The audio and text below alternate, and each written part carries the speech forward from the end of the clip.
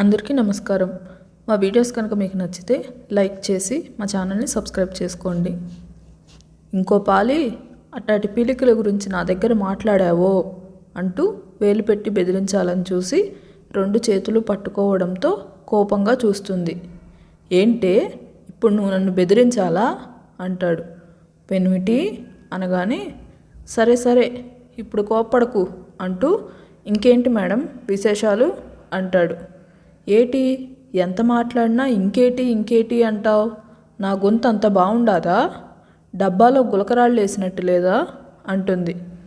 నీ వాయిస్కేంటే అద్భుతంగా ఉంటుంది అనగానే వయసు ఎందుకు వచ్చింది మధ్యలో అనగానే అబ్బా వయసు కాదే వాయిస్ అంటే గొంతు, నీ గొంతు చాలా బాగుంటుంది అనగానే అవునా అబ్బా అంటూ సిగ్గుపడుతూ మెలికలు తిరుగుతుంది.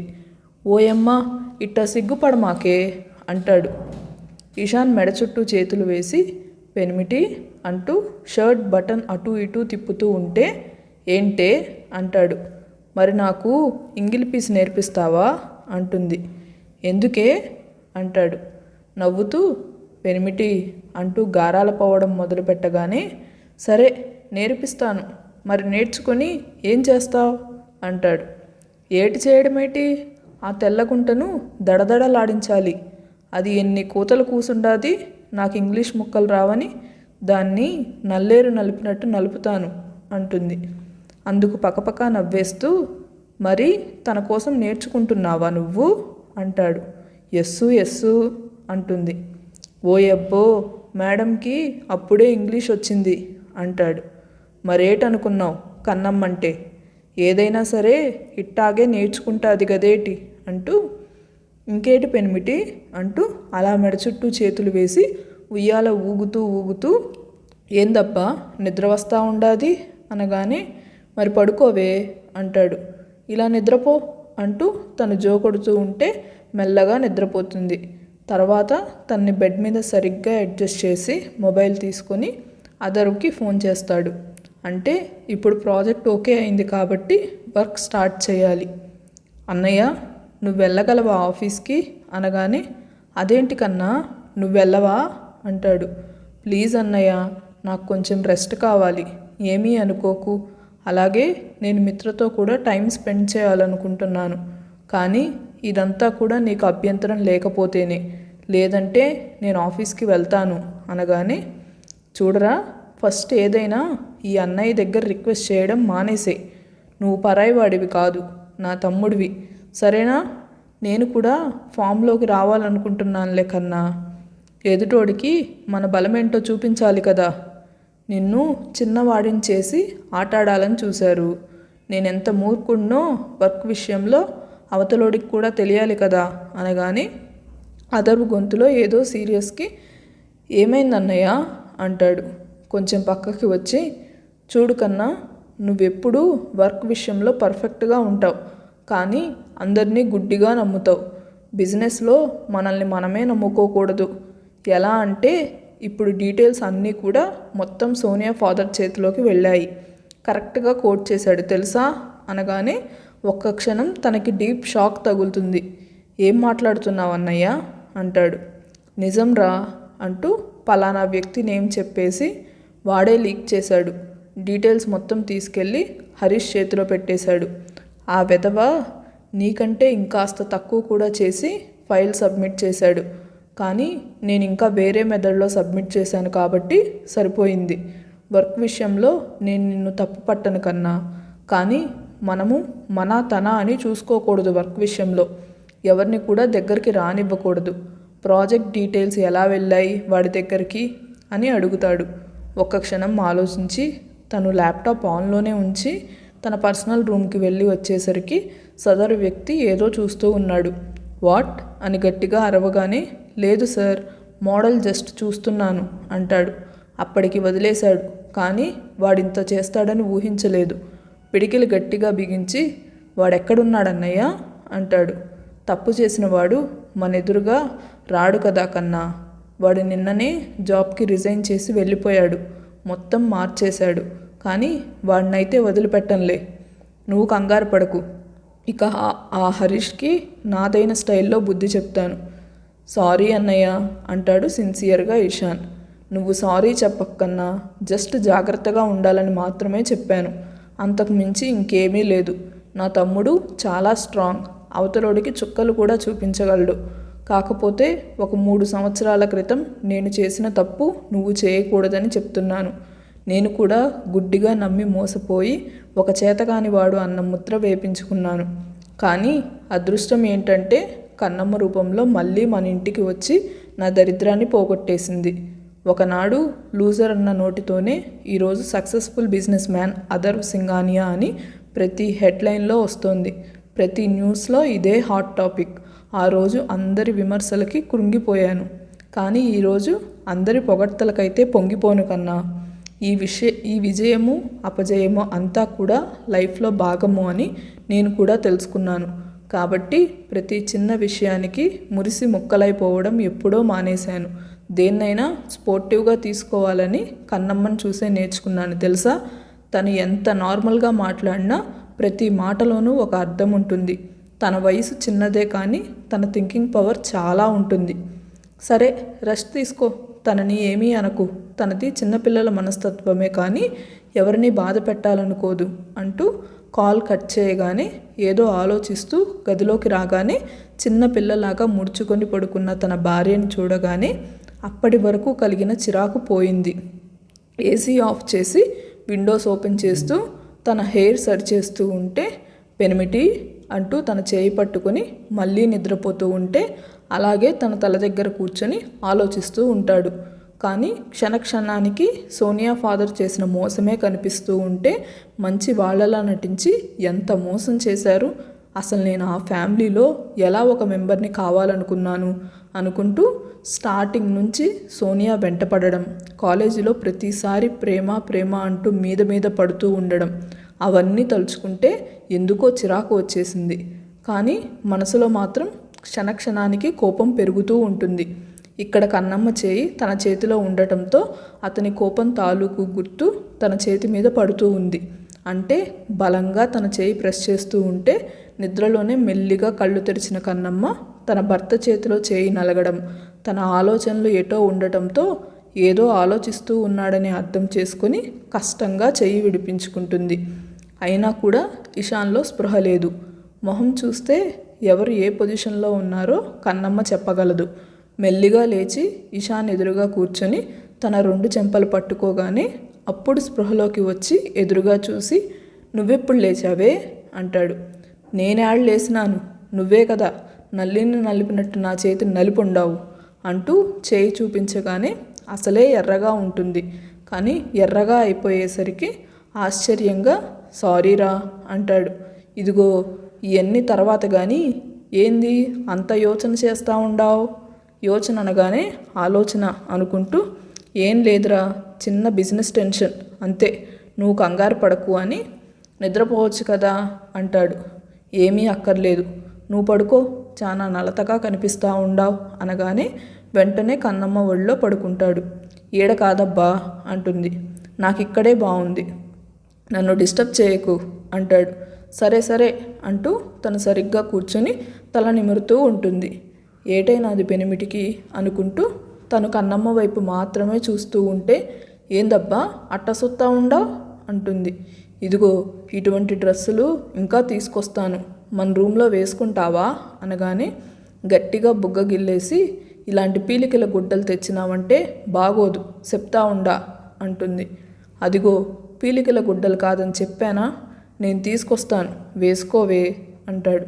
ఓ సామి ఇరకాటంలో పెట్టమాకు, నాను చక్కగా కోకలు కట్టుకుంటా అంటూ పెనిమిటి అంటుంది ఏదో గుర్తొచ్చినట్టు. ఏంట్రా అనగానే నేను జాకెట్ ముక్కలు కుట్టించుకోవద్దా అంటుంది. బ్లౌజెస్ అని అర్థం చేసుకుంటూ సరే ఈవినింగ్ వెళ్ళేటప్పుడు నీకు కావలసినవన్నీ తీసుకొని వెళ్దాం అనగానే అదేటి అంటుంది. అదేనే సాయంత్రం వెళ్తూ వెళ్తూ తీసుకుందామనగానే ఈలోపు నాకు ఒక కోక తెప్పించేయి. ఎందుకు, ఏంది, ఇట్టాగే బయటికి వస్తానా నేను అంటుంది. సరే సరే అక్కడ చూడు అనగానే అక్కడ ఇంకొక కవర్ ఉంటుంది. ఏంటి అనగానే నువ్వన్న చీర అంటాడు. నిజంగానా? అదేనా అంటుంది అనుమానంగా. అంత అనుమానం పనికిరాదు మేడం అంటూ చీర తీసుకొచ్చాను. ఇప్పుడు కాదు, మనం ఈవినింగ్ వెళ్ళేటప్పుడు కట్టుకోవాలి. నాకు ఇప్పుడు ఈ డ్రెస్లో నిన్ను చూస్తూ ఉంటే చాలా హ్యాపీగా ఉంది అంటాడు. సరేనని కబుర్లు చెప్పుకుంటూ భోజనం చేసి మళ్ళీ ఇషాన్ తీసుకొచ్చిన చీర కట్టుకొని నేరుగా ఒక బొటిక్కి తీసుకువెళ్తాడు. అక్కడ కన్నమ్మకి కావాల్సినవన్నీ తీసుకొని తనే కొన్ని మోడల్స్ చెప్పి బ్లౌజెస్ కుట్టించమని చెప్తాడు. ఏందో అంతా ఇంగ్లీష్లో చెప్తూ ఉండేసరికి కన్నమ్మకు అర్థం కాలేదు. తర్వాత ఇంకా కొన్ని కావాల్సినవి తీసుకొని ఇంటికి వెళ్ళేసరికి అందరూ హాల్లో కూర్చొని కబుర్లు చెప్పుకుంటూ ఉంటారు. అందరి వైపు ఒక చిన్న స్మైల్ ఇవ్వగానే కన్నమ్మ మాత్రం అప్పటి వరకు తన చేయి పట్టుకున్నది కాస్త భర్తగారి చేయి వదిలేసి, దొర, అత్త, పెద్దబాబా, చిన్నబాబా, దీపమక్క, మేఘమక్క, బుల్లెమ్మ, బుల్లోడ, లక్ష్మక్క, అవ్వ, తాత అంటూ అందరి దగ్గరికి ఒక రౌండ్ వేసేసి వచ్చి మళ్ళీ పెనిమిటి దగ్గరే పోయి, ఇదిగో నేను చాలా గుడ్డలు తెచ్చుండ్లా అంటూ తెచ్చిన చీరలు మాత్రం చూపిస్తుంది.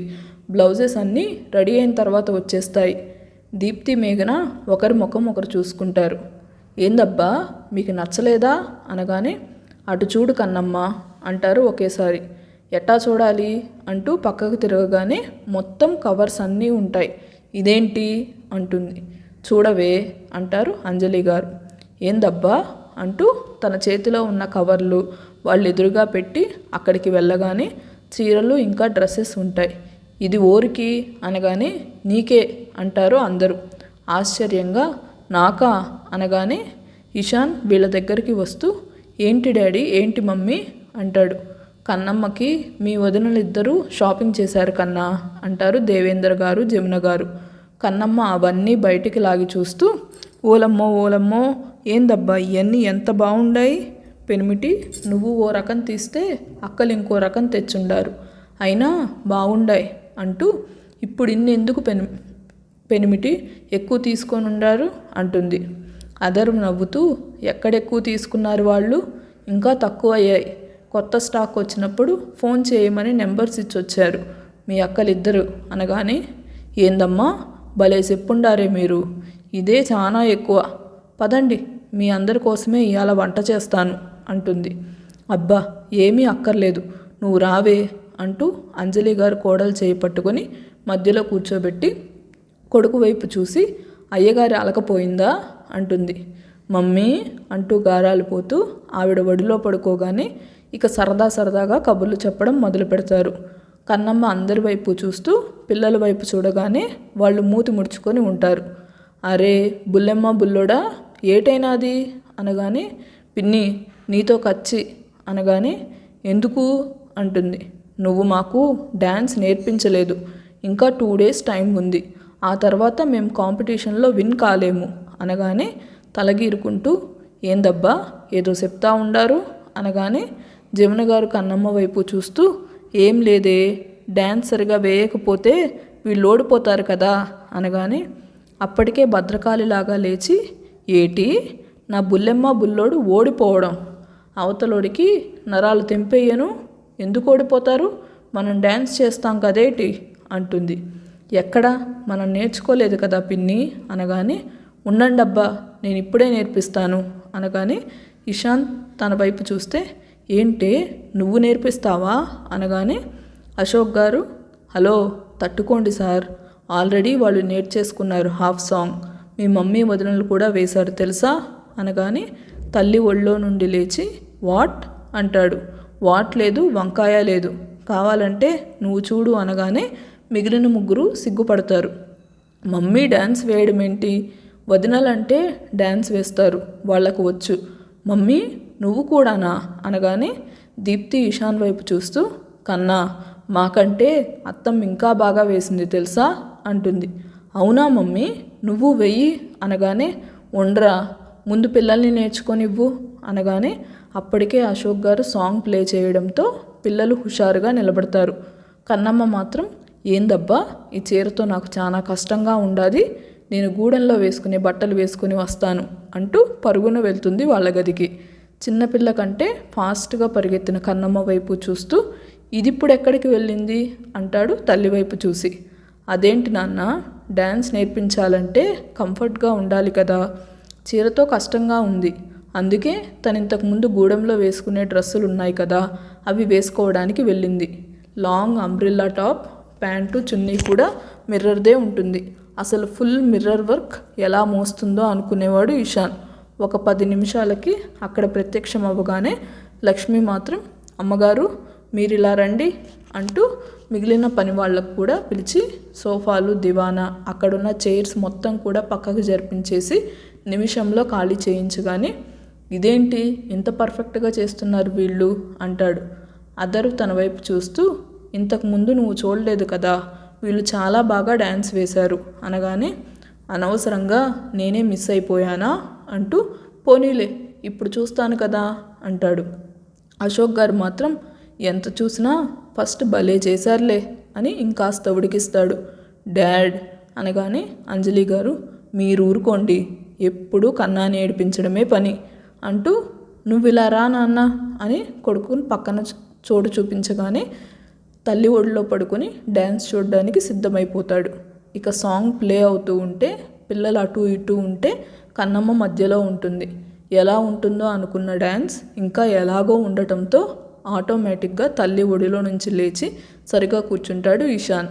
కన్నమ్మ హావభావాలు, ఆ చేతులు తిప్పడం, అందుకు పిల్లలు అనుసరించడం ఏంటో.